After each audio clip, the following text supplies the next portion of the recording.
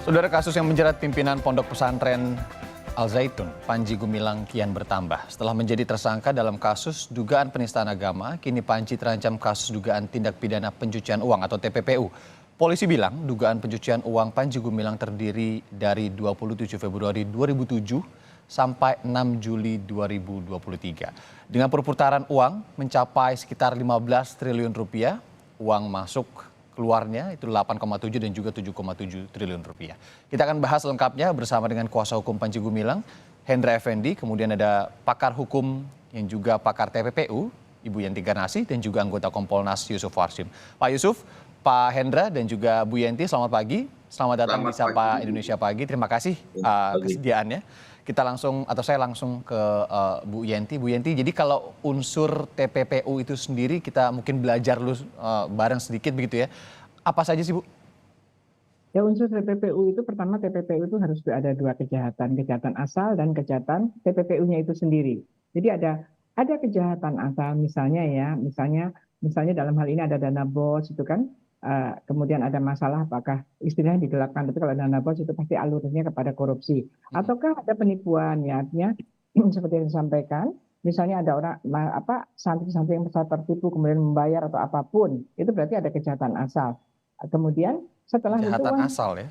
kejahatan asal, ya, predicate offense, core crime. Setelah itu uang yang ada ini yang dari hasil kejahatan asal ini untuk apa? Itu namanya TPPU. Jadi konteksnya dalam hal Baik. ini kalau sesuai dengan organisasi lah ini ya, kita kan korporasi organisasi ya. Kalau ada uang masuk harusnya kan ke rekening Al Zaitun ya, karena janjiannya kan dengan Al Zaitun kan harusnya begitu. Nah, begitu masuk itu kalau masuknya itu alasannya halal, ya nggak apa-apa kemanapun. Tapi kalau masuknya karena ada penipuan, karena ada kejahatan lain gitu ya, kemudian dia keluar, termasuk kalau keluarnya untuk operasional, kalau uang itu masuknya dari hasil kejahatan berarti ada TPPU. Jadi TPPU seperti itu. Tapi TPPU itu apa unsurnya? Yaitu unsurnya pertama kan karena sudah ada hasil kejahatan asal, maka barang siapa mengalirkan, yaitu misalnya membelanjakan, menghibahkan, mentransferkan harta kekayaan dari kejahatan asal tadi, kan gitu ya, yang diketahuinya atau patut diduganya memang berasal dari kejahatan asal, dan kejahatan asal itu sesuai dengan pasal 2 ayat 1 ya. Kemudian tujuannya apa sih? Tujuan itu adalah unsur subjektif ya, unsur yang dalam hatinya pelaku itu, yaitu tujuan untuk menyembunyikan atau menyamarkan bahwa uang yang untuk membeli tanah misalnya itu dari hasil kejahatan asal. Itu tujuannya itu memang untuk itu, sehingga uang yang masuk itu harus segera keluar digunakan untuk apapun gitu. Jadi sebetulnya hari ini saya ditanya, Mas Irmandar, ada kita ingin ketawa juga. Kita punya undang-undang TPPU itu tahun 2002 ya, 2003 2004 itu sudah mulai running karena PPATK sudah ada pada waktu itu ya, dan sudah banyak sekali. Dan sejak tahun pertama kali TPPU yang terbesar adalah kasus 1,3 triliun BNI. Ya, dan saya juga hadir hampir semua kasus-kasus besar itu saya hadir, termasuk jiwa saya dan sebagainya. Tidak ada masalah gitu. Tidak ada yang dipertanyakan apakah penegak hukum sulit apa tidak. Ya, saya berharap para penegak hukum, para pejabat ya, ini jangan menyampaikan bahwa TPPU itu sulit. Kasihan juga ya polisi-polisi yang saya juga mengajar di kepolisian, di kejaksaan, sudah di semua penyidik TPPU, mereka sudah bisa kok. Tapi jangan disampaikan bahwa itu sulit, tidak sulit. Ini masalahnya mau apalagi menggunakan dalam hal ini ya, semua ada rekening, ada di LHA-nya PPATK, berarti apa? Bisa dilihat semua keluar masuknya, Pak Gil disebutkan bahwa 8 triliun dan 7 triliun. Artinya apa? Data keluar masuk ke kepada siapa itu ada semua. Tinggal Bu Yanti, ini sudah tidak. Jadi ini kan harus dibuktikan terlebih dahulu nggak ada crime awalnya itu, dan kalau sudah ada laporan dari PPATK kepada Barreskrim, apakah sudah sebenarnya begitu sudah cukup firm untuk ditetapkan sebagai dugaan TPPU-nya? Ya, sekarang kan dugaannya memang TPPU ya, karena dugaan TPPU dalam pasal 69 sebetulnya saya khawatir ya kalau menggunakan pasal 69, tapi undang-undang mengatakan boleh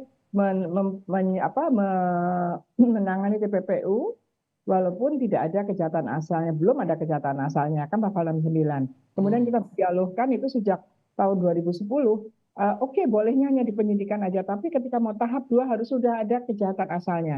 Karena menurut saya sudah tidak adil.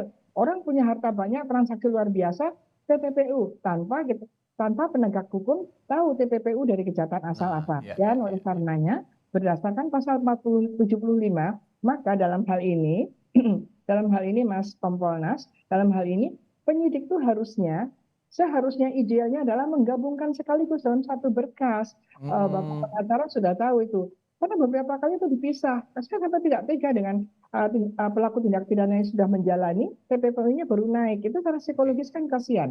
Ya itu nggak bagus. Jadi langsung antara kejahatan asal dan TPPU. Kalau ini masalah mencari strategi mengumpulkan bukti-bukti silahkan saja. Tapi nanti kalau sudah pemberkasan, tersangkanya harus disangkakan dua kejahatan sekaligus gitu. Nanti kita proses proses proses pendalaman di dalam penyidikan sampai dengan nanti limpah ke tahap 2. Itu sudah sangat clear dan polisi-polisi yang baik ya yang mau itu sudah sangat bisa gitu ya. Penyidik-penyidik itu termasuk penyidik pajak, bea cukai, di mana saya semua sebagai Widya Iswara di sana. Itu sudah sangat jelas ya. Jadi mohonlah pejabat-pejabat negara yang apa ya yang memang menjadi center of ya dari negara ini kalau mengatakan ini sulit itu yaitu membuat kita tidak semangat apalagi dengan bukti-bukti atau datanya itu hampir semuanya ya mungkin ada juga yang tidak melalui bank tapi kalau melalui bank itu sangat mudah bahkan kripto pun bisa kita kejar dan itu bisa dan negara-negara lain lebih maju lagi mudah sekali polisi Indonesia harusnya bisa, asal disemangati bukan dikatakan Oke, malah ini menarik ya. sulit. Apalagi ketika ada rekeningnya, kemudian sudah jelas ada PPATK di sana. Nanti kita akan ke sana lagi, Bu Yanti. Tapi saya welcome dulu. Selamat datang juga pada tadi penasihat hukum dari Panji Gumilang, Pak Hendra. Sudah jelas suara saya, Pak? Pak Hendra? Ya, Oke, halo, ya Mas. oke.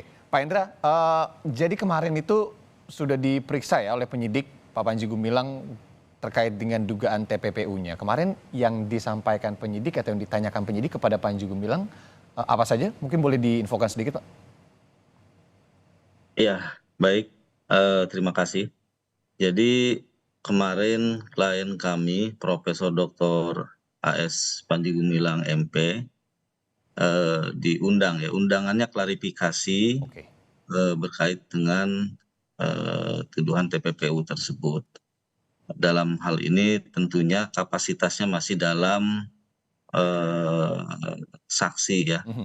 atau klarifikasi. Jadi kalau kami lihat dari materi yang ditanyakan masih materi dasar ya, yang sifatnya klarifikasi, di antaranya berkait tentang kelembagaan, kemudian tentang kewenangan dalam lembaga itu berkaitan dengan keuangan, kemudian tentang keuangan dan sumber keuangan, dan bagaimana uang itu masuk serta caranya keluar, kurang lebih di sisi itu. Dan Oke. itu klien kami menjawab dengan lugas, tegas, dan jelas ya.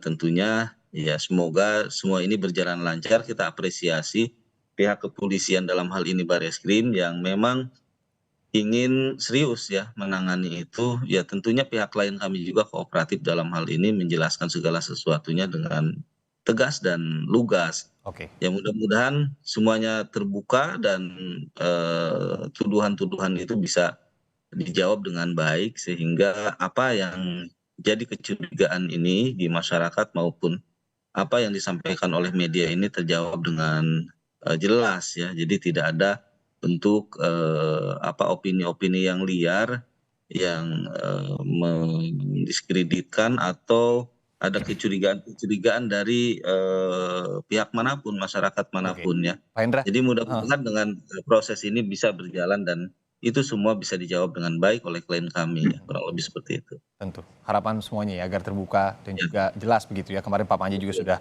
datang untuk diperiksa sebagai saksi ya. Tadi ya saya klarifikasi lagi sebagai saksi dan ada Ya, undangan untuk klarifikasi begitu ya oleh polisi terkait dengan dugaan TPPU-nya. Nah, Pak Hendra, Ini soalnya yang ngomong bukan saya, bukan media aja, tapi kita mengutip juga dari PPATK bahwa perputaran dananya ini hingga 15T dan dibilang besar begitu ya oleh Pak Ivan PPATK. Nah, kalau untuk Anda sendiri pembelaannya seperti apa di dugaan TPPU ini terkait dengan perputaran dana ada 8,7 triliun, kemudian 7,7 masuk dan ratusan rekening yang 260-an diantaranya ini milik Panji Gumilang.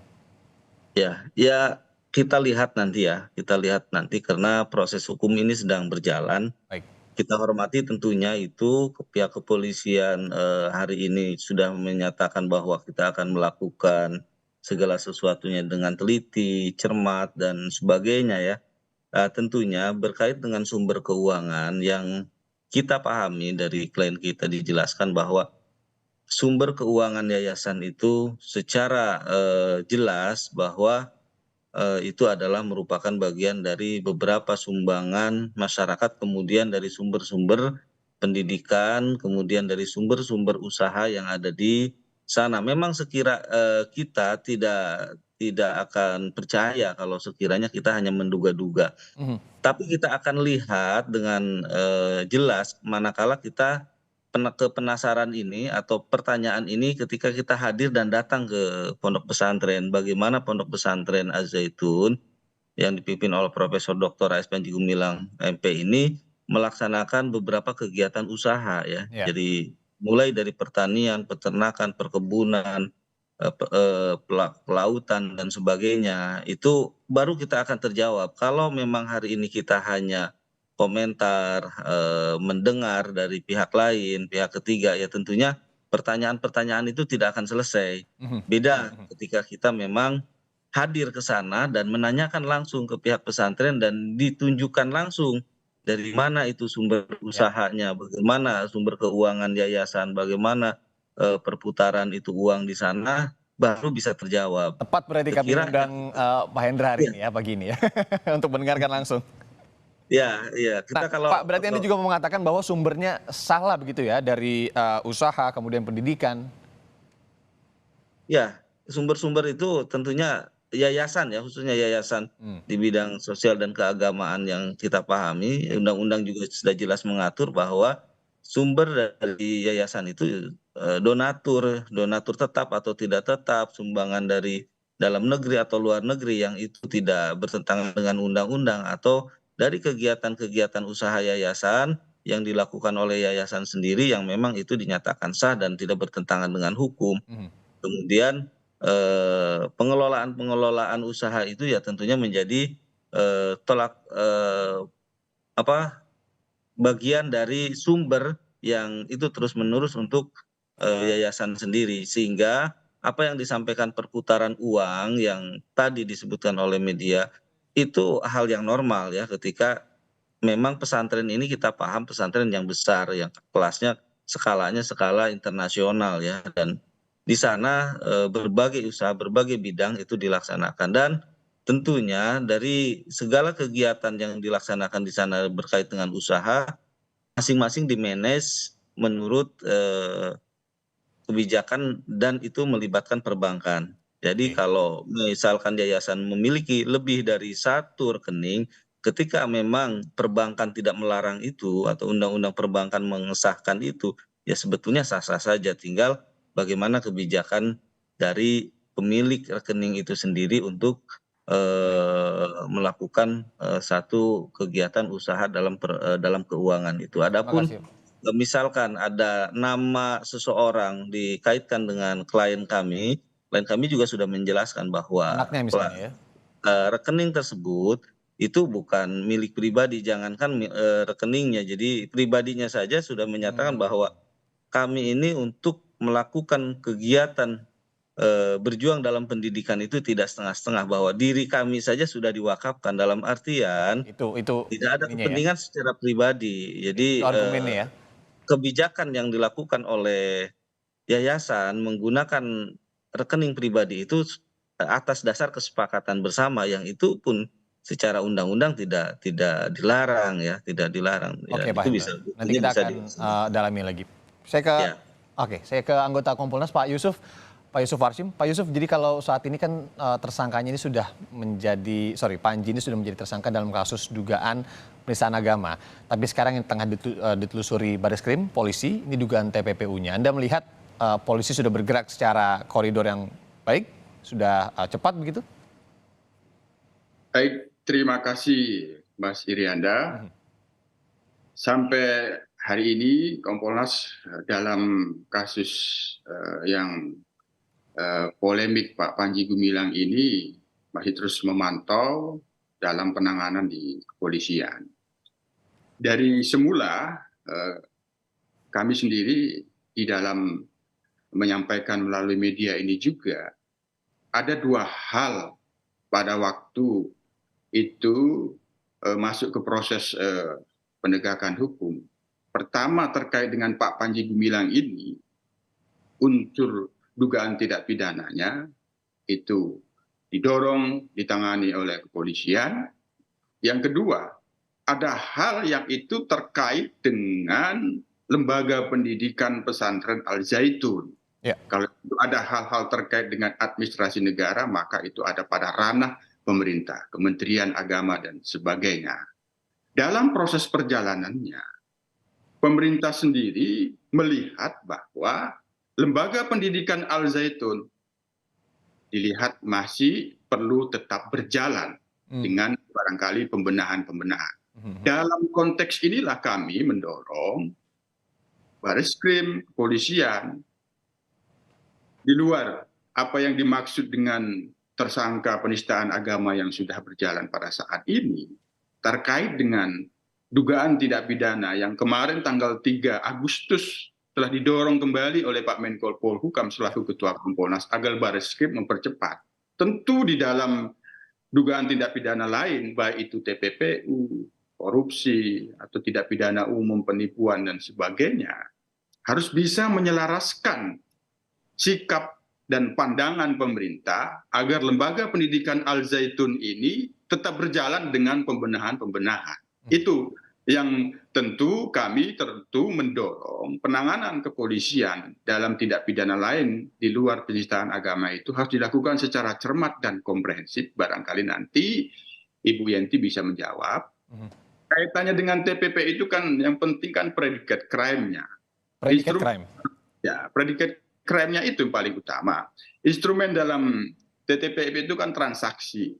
Kalau rekening yang dimiliki oleh Pak Panji Gumilang itu tidak sesuai dengan profilnya, itu sudah patut. Nah, sementara ini, Mas Irianda, proses yang ada di Barreskrim ini, kalau kemarin itu kan undangan klarifikasi, jadi itu masih proses penyelidikan. Tapi Kompolnas sudah ditegaskan oleh Pak Menko Polhukam, Pak Mahfud MD selaku Ketua Kompas, agar ini dipercepat. Namun kami mendorong agar ini dilakukan secara cermat. Menimbulkan pertanyaan kami, barangkali nanti Bu Yenti bisa menjawabnya. Bagaimana apabila ada uang yang itu dihasilkan dari kejahatan, dicuci dengan membuat aset-aset yayasan dan lembaga pendidikan. Nah ini barangkali kami akan aktif memberikan masukan-masukan, barangkali nanti bisa direspon Ibu Yenti. Ini harus cermat terkait dengan transaksi keuangan yang itu menghubungkan antara Pak Panji Gumilang pemilik rekening dengan kalau itu arahnya ke transaksi keuangan yang itu pembelian aset yang itu dimiliki oleh pesantren Al-Zaitun. Ini kan harus cermat, Mas Irianda. Ini yang selain cepat apa yang kemudian ditekankan Pak Mahfud sebagai Ketua Kompolnas dan juga Menko Polhukam, ini juga harus cermat ya kalau kata Pak Yusuf. Nanti kita akan lihat cermatnya ini harus di ranah seperti apa ke Bu Yenti, tapi kita jeda dulu sejenak. Nanti kita akan kembali di Sapa Indonesia Pagi sudah.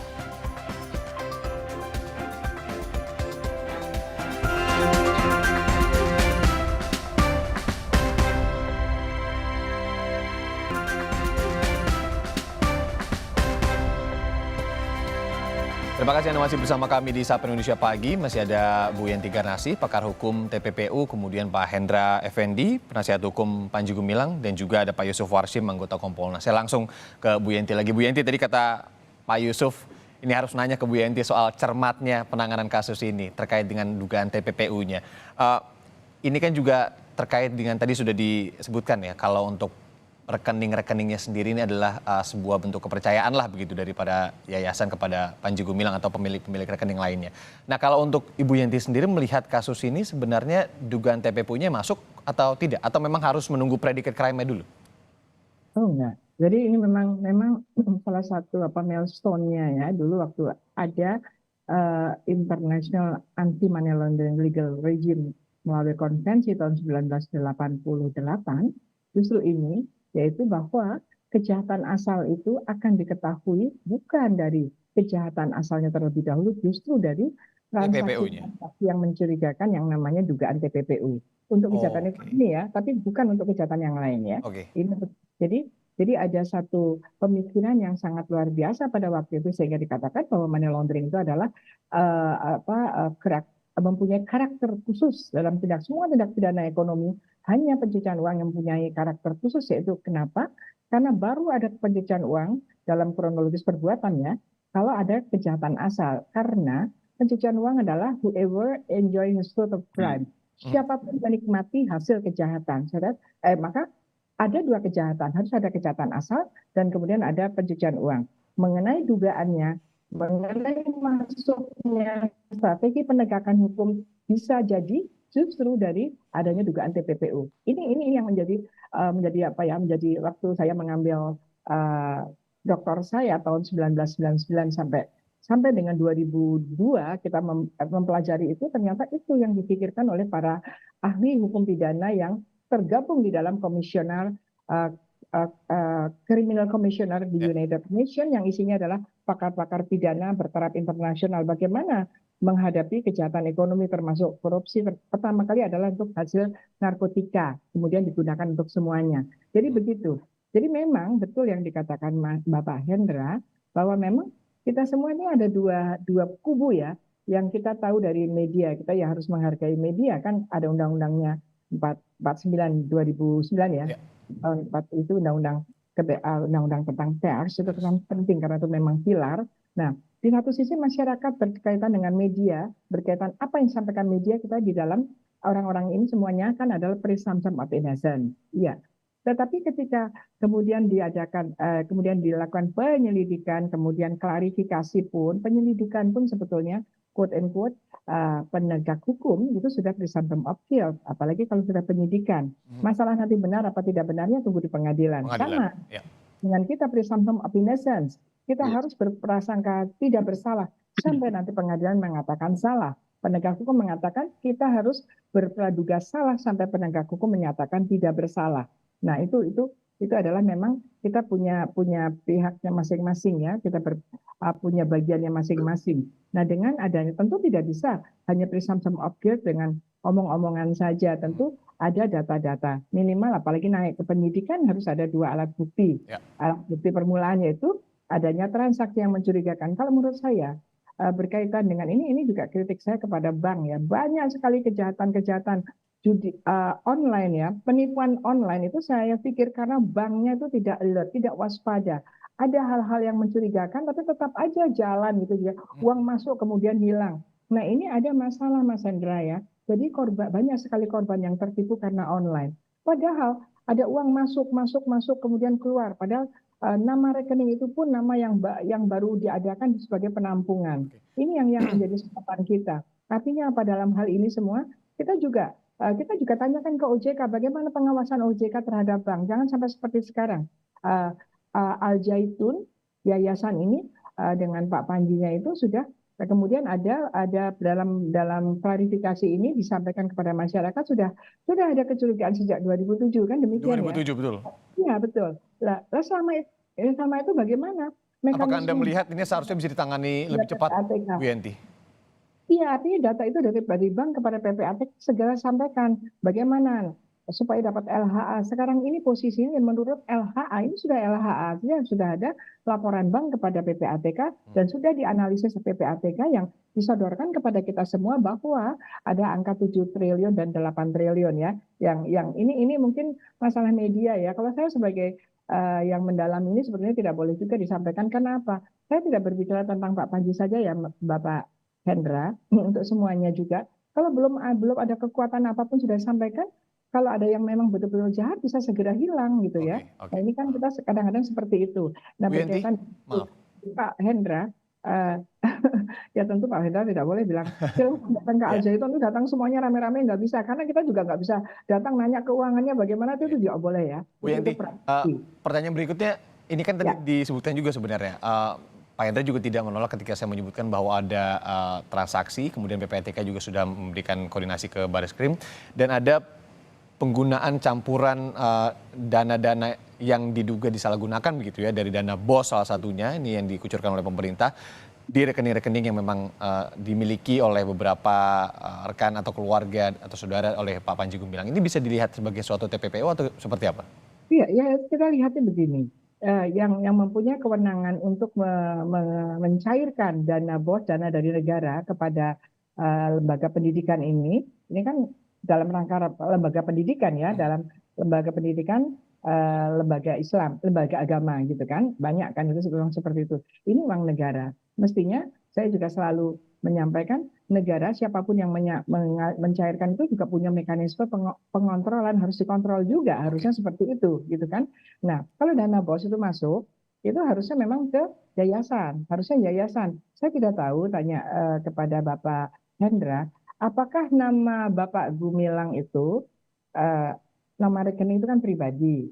Itu apakah atas nama yayasan apa tidak? Karena kalau atas nama yayasan ada ketentuannya, ada beberapa nama di sana itu sudah mekanisme di perbankannya seperti itu. Mohon maaf Pak Hendra, yang memang yang harus dicermati adalah transaksi-transaksi yang mencurigakan atau berkaitan dengan transaksi yang mencurigakan. Harusnya sekarang dengan ada yang begini, bank harus ke sana. Artinya apa? Ada transaksi yang disampaikan oleh Menteri Menko bahwa satu atau beberapa nama, tidak sampai 10 orang nama, ada rekening sejumlah 256 waktu itu ya, kalau sekarang jadi 300 sekian saya juga nggak tahu itu ya. Ya. 256 yang ini ya, kemudian 145 diblokir katanya dan kemudian dibuka beberapa. Itu juga harus dijelaskan. Saya juga minta kepada pengacara, tidak bisa orang main buka, main blokir terus buka, itu juga harus ada ketentuannya. Oke, silakan diblokir tapi bagaimana ketentuannya? Silahkan dibuka tapi bagaimana ketentuannya juga. Kita semua harus berhukum karena ada aturannya. Nah, dalam hal ini kalau menurut saya ini sebetulnya termasuk sinyal bahwa bank harusnya sudah curiga. Kenapa orang sampai mempunyai nama, ada nama sampai di 256 hanya beberapa nama. Ini harusnya masuk pada aspek suspicious. Karena memang TPPU berbicara transaksi mencurigakan, suspicious transaction, know your customers, dan juga follow the money. Jadi follow yang masuk itu dari mana? Tadi Pak mengatakan banyak sumber. Nah, disinilah letaknya bahwa Bareskrim harus melihat sumber ini dari mana, apa alasannya orang menyumbang. Orang zaman sekarang, Mas Hendra, orang nyumbang itu ya belum tentu orang baik-baik juga ya Mas Hendra ya. Banyak itu yang kita khawatirkan, misalnya dari hasil korupsi disumbangkan untuk dana kampanye, itu ya nggak boleh, itu namanya TPPU juga gitu ya. Jadi iya memang dana dari hal-hal seperti itu memang sejak awal di beberapa negara itu jangan sampai TPPU itu saat dijadikan kampanye, kemudian penyelenggaraan pendidikan dijadikan sarana untuk orang-orang yang telah melakukan masuk juga ke TPPU takutnya itu Bu ya. Oke, ya, jadi saya kita melihat sumber-sumber ini, apakah sumber-sumber ini betul-betul legal atau sumber-sumber yang tainted, disebutkan tainted with a crime, disebutkan ada tercemar dengan tindak pidana, itu disebutkan dalam aslinya tainted. Salah satu yang juga harus diperhatikan polisi ke situ ya Bu ya, terkait dengan sumber dana yang tadi dikatakan Pak Hendra ini banyak. Pak Hendra, maaf Bu Yenti, saya ke Pak Hendra dulu. Pak Hendra, jadi kalau untuk menjawab apa yang tadi disebutkan Bu Yenti seperti apa terkait dengan rekening Panji Gumilang ini, apakah juga terkait dengan yayasan atau pribadi dan lain-lainnya? Ya, berkait yang dugaan disampaikan oleh media atau masyarakat mengenai TPPU ini, kami duga ini ada kaitannya dengan masalah dana BOS ya.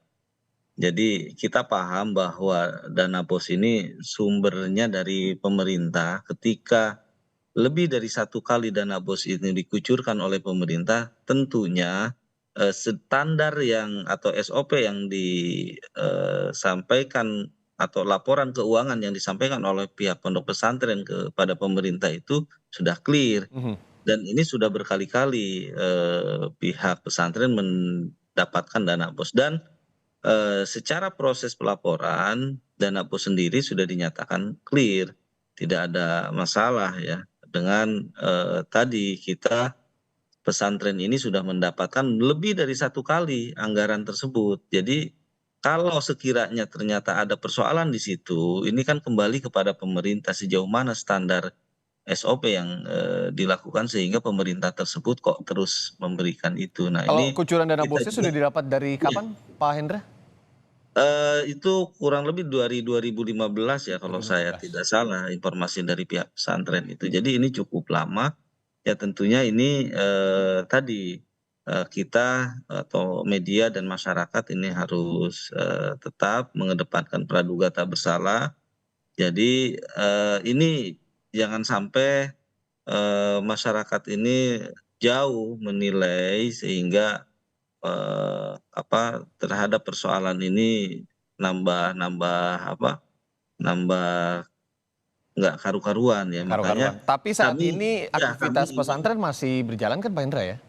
ya Oke. aktivitas pesantren berjalan dengan baik dan tentunya segala sesuatu kepentingan pemerintah juga kami klien kami melayani itu. Berkait dengan kemarin kita juga paham bahwa ada kegiatan pemeriksaan dari pihak pemerintah juga berkait dengan dana BOS ya yang Ya. berkompetensi di sana dan itu kami layani ya dengan baik dan semua data-data ya tentunya karena kita membuat laporan atau klien kami ini menyampaikan laporan itu seluruhnya berdasarkan standar kepada apa yang di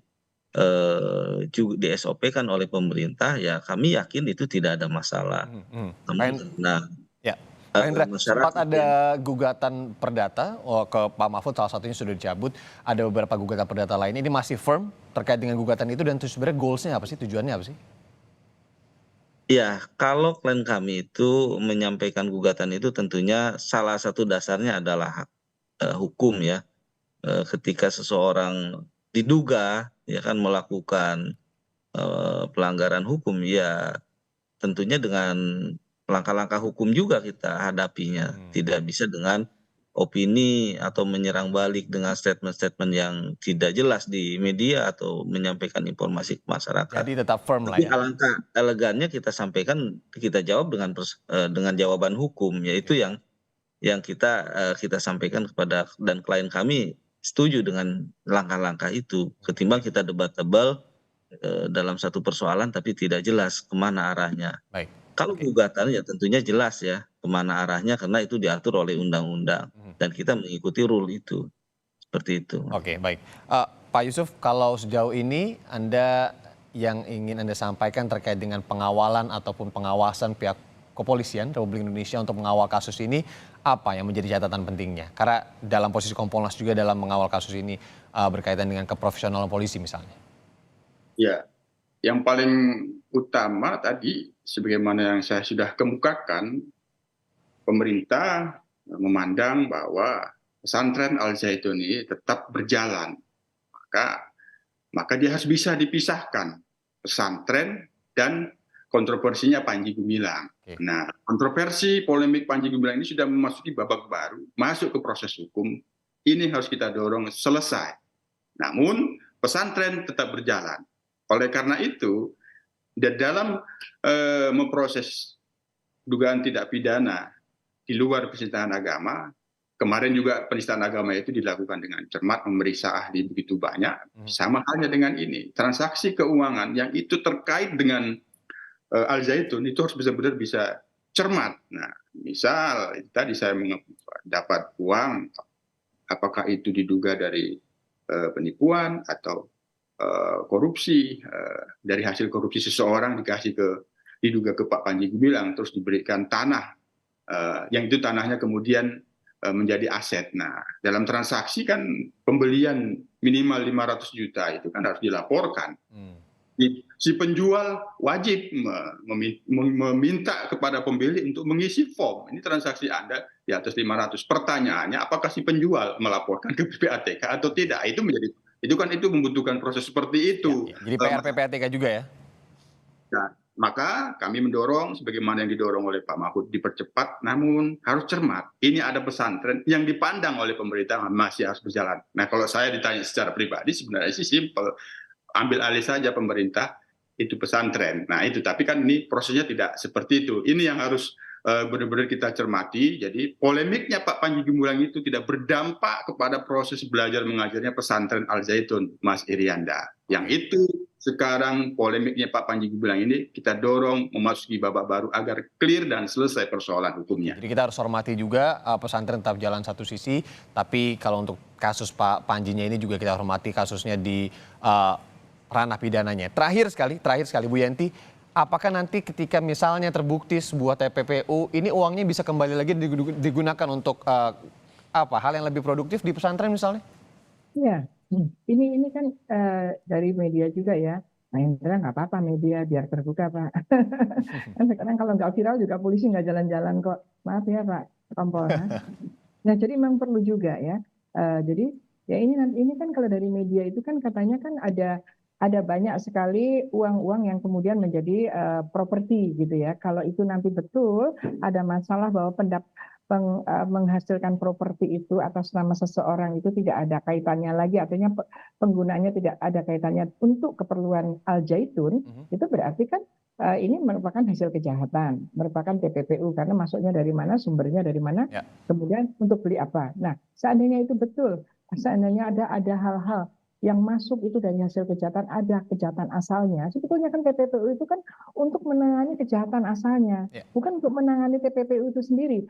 Hanya dalam rangka untuk mengungkap kejahatan asal itu, kita mengkriminalisasi lagi kejahatan baru, yaitu siapapun yang menikmati hasil kejahatan asal, dia dapat juga hukuman lagi dengan maksud untuk di-tracing bahkan kepada orang yang tidak terlibat kejahatan asal, tetapi juga tidak terlibat mengalirkan, tetapi menerima aliran itu pun ada TPPU. Kalau itu terbukti, bisakah uangnya kembali untuk digunakan lagi, Bu Yenti? Harus, kepada mereka itu akan dirampas dengan putusan pengadilan ya. Maaf saya agak teoritis. Jadi kalau di dalam proses kan namanya penyitaan. Nanti kalau sudah putusan namanya perampasan. Kalau dalam perampasan itulah pengadilan menentukan dikembalikan kepada siapa yang paling berhak untuk ini. Nah terutama tadi saya selalu sejak awal mengatakan selalu dalam keadaan apalagi TPPU ada uang tercampur atau ada uang yang masuk ke korporasi seperti ini ya, korporasi, dan kemudian kita harus berpikir, harus membicarakan juga pemerintah ini juga pihak ketiga yang beretikat baik. Dalam hal ini siapa pihak ketiga? Yaitu para santri, guru-guru yang memang betul-betul ini harus dilindungi. Oleh karenanya dalam hal seperti ini negara harus tampil. Karena apapun kalau ini nanti terjadi kejahatan, negara juga share out, negara juga ikut berpartisipasi secara negatif sehingga kasus ini berlarut-larut dan kemudian banyak kerugiannya. Jadi para petinggi negara ini ketika mempunyai kewenangan mengucurkan, mencairkan dana yang dikatakan Pak Hendra bahwa sudah sesuai, gitu kan? Katanya sudah sesuai dengan laporan-laporan tertulisnya. Ternyata nanti terbukti tidak sesuai. Nah, kenapa negara waktu itu percaya kalau itu sesuai? Apakah memang negara dengan aparatnya tidak punya mekanisme untuk memastikan bahwa uang dana BOS misalnya yang digunakan itu sesuai apa tidak? Karena kalau tidak itu adalah kan korupsi. Lagi dana-dana yang lain, kalau dari dana BOS kan hanya kecil sekali ya Pak, dibandingkan 15 triliun. 7 sampai 8 triliun itu kecil sekali kalau yang dari dana BOS. Sehingga yang lain dari mana? Karena ini kan harus dikelirkan ya. Harus dijelaskan betul kepada masyarakat untuk mengembalikan kepercayaan dan juga kita menjaga perasaan para orang tua alumni santri di sana. Siap, Bu Yenti. Cocok ini sama apa yang dikatakan Pak Yusuf tadi ya, harus cermat, tidak hanya harus cepat juga dalam menangani kasus ini karena ini juga sudah berjalan dengan lama tadi disebutkan oleh Pak Hendra, transaksinya dari 2007 dan dana BOS sekitar 2015-an, itu kata Pak Hendra tadi. Oke, terima kasih Bu Yenti Garnasi, pakar hukum tindak pidana pencucian uang TPPU, Pak Yusuf Warsim, anggota Kompolnas, dan juga nasihat hukum dari Panji Gumilang, Pak Hendra Effendi. Terima kasih kehadirannya di Sapa Indonesia pagi kali ini. Sehat-sehat selalu, sampai ketemu.